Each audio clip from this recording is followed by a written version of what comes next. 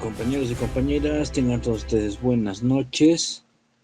De nuevo a este nuevo conversatorio que tiene por título Eurocentrismo, subsunción del sujeto histórico. El tema del eurocentrismo muchas veces es comprometedor, aunque sea, diríamos, hecho vox populi acá. Y sobre todo desde lo que son las líneas de coloniales, descolonización y demás temas afines. Es un tema bastante recurrente que se lo toca, se lo menciona como palabra y como concepto, mas no se llega a hacer una profundización, incluso en tesis que podrían entenderse desde las fuentes posmodernas. También muchas veces se menciona este término eurocentrismo. Sin embargo, hay una carencia de situar y definir en concreto qué podría ser esto del eurocentrismo.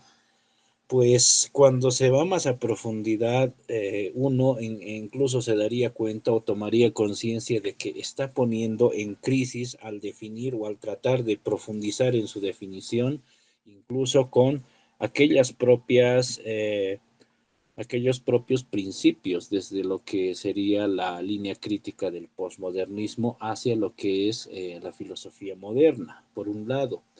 Por el otro, se cae también en un sinsentido cuando simplemente se dice de manera tan simplificada que el eurocentrismo vendría a ser tomado como todo aquello que viene de Europa como centro, incluso tomando referencias como los del mapamundi, que la mayoría de nosotros de seguro recuerda en clases de geografía, historia o algo en colegio, o acá mismo en cualquier canal de YouTube uno puede ver, y cuando entra teclea Mapamundi y siempre te va a salir este mapa que no es coincidencia que justo en el centro siempre esté lo que es el continente europeo. Más allá de que esto pueda ser un indicio, pero no la totalidad de lo que podría venir a definirse como un eurocentrismo. No es en el caso diferenciable de lo que es, por ejemplo, el antropocentrismo, el etnocentrismo o el helenocentrismo, que estos sí vendrían a ser, diríamos, más enfocados, pues no se trata solamente de una geografía. El antropocentrismo, tranquilamente uno lo podría definir como que el ser humano es el centro, el biocentrismo, que la vida es el centro, el etnocentrismo teniendo a una etnia como el centro, o en el caso del helenocentrismo, tener desde la vista filosófica una concepción desde la Grecia clásica para lo que son los desarrollos posteriores de aquello que se va a constituir como la tradición filosófica. No habría ningún problema desde esas vistas en este tipo de definiciones. En cambio, cuando se trata de hacer esta mención hacia lo que es el eurocentrismo, no se trataría solamente de una centralidad geográfica o de corte espacial. El punto es entonces encontrar ¿por qué hay una trascendencia y no se trata solamente de la mera geografía o el mero espacio geográfico europeo el que está en juego cuando se menciona el concepto de eurocentrismo? Y desde esta vista se puede indagar de que esto no fue así siempre, como fue con producto de un proceso histórico. Entonces de lo que se trata es de indagar cuándo es que se comenzó a desarrollar estas tesis que en últimas devinieron primero en dos partes: el concepto eurocentrismo en un sentido positivo y luego su parte crítica, el eurocentrismo, a cuando ya se lo menciona no solamente como algo positivo. Se trataría entonces de, en una primera instancia, de lo que vamos a llamar parte de una narrativa o una invención venida desde lo que es la concepción europea, entendida como centro,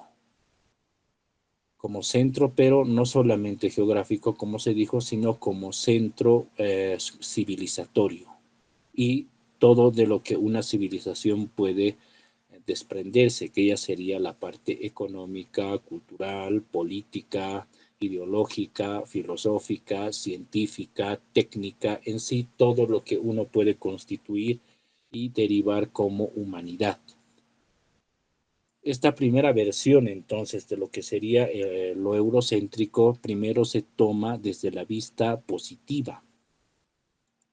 Positiva en el sentido de que el ser humano de lo que es Europa habría tomado la conciencia de que, bueno, ha llegado a un tipo de desarrollo al culmen comparado hacia las otras civilizaciones de los otros continentes, que se encontrarían desde la vista europea en posición inferior hacia lo que es respecto lo que es los desarrollos dados, sobre todo a partir del siglo XV, en lo que va a ser la continentalidad de Europa.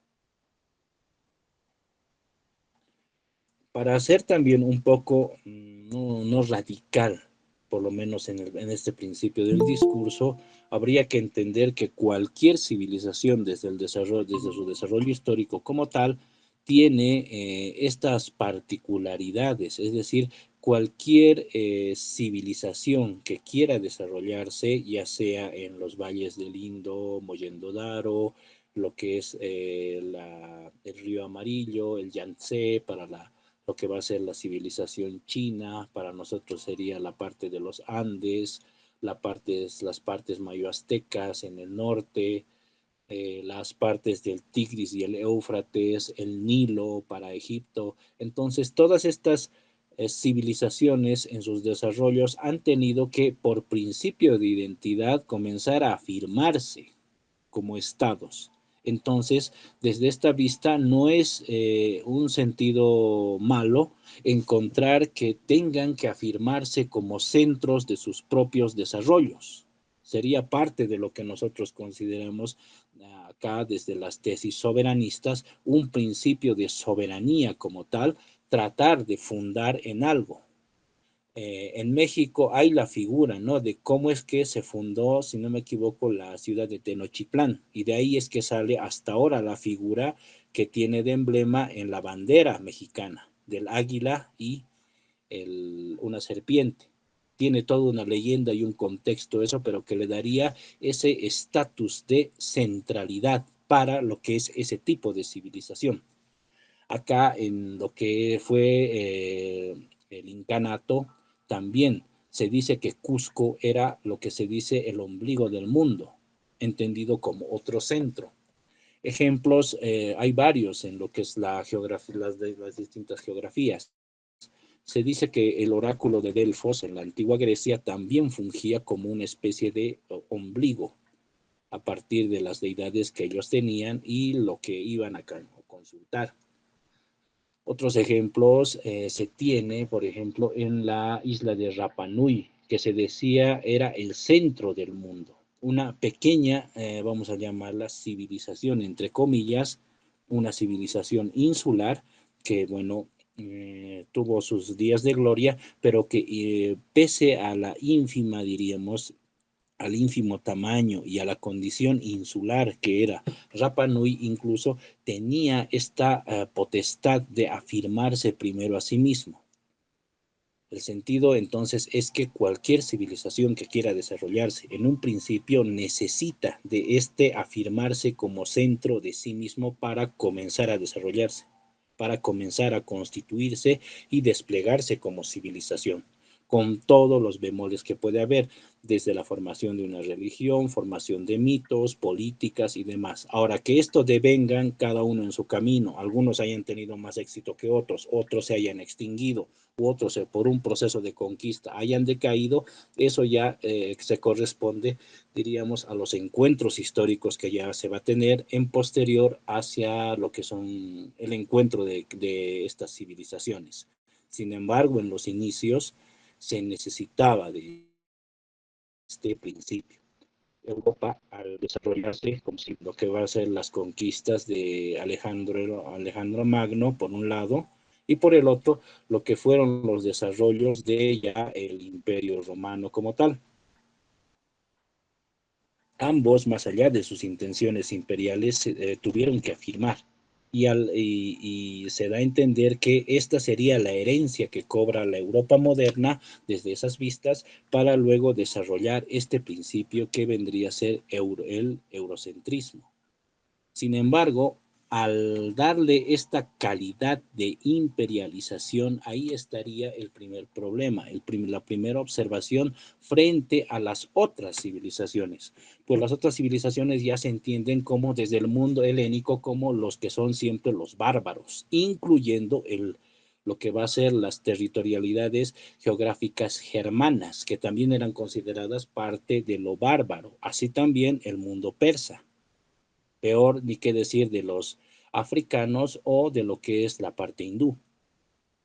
Esa misma visión entonces va a acompañar hacia lo que va a ser el espíritu de conquista romano y por qué se tiene esa palabra de nuevo, la romanización de este tipo de regiones que iban siendo provincias, que iban siendo conquistadas alrededor de los siglos, por lo que luego se va a constituir históricamente como el Imperio Romano. Ahí habría entonces una primera disquisición. Pero incluso ahí habría todavía, diríamos, si es pues el ideal de tratar de expandir lo más posible, o si fuera el ideal expandir lo que es un imperio hacia toda la geografía planetaria, sería el ideal, como una especie de utópico.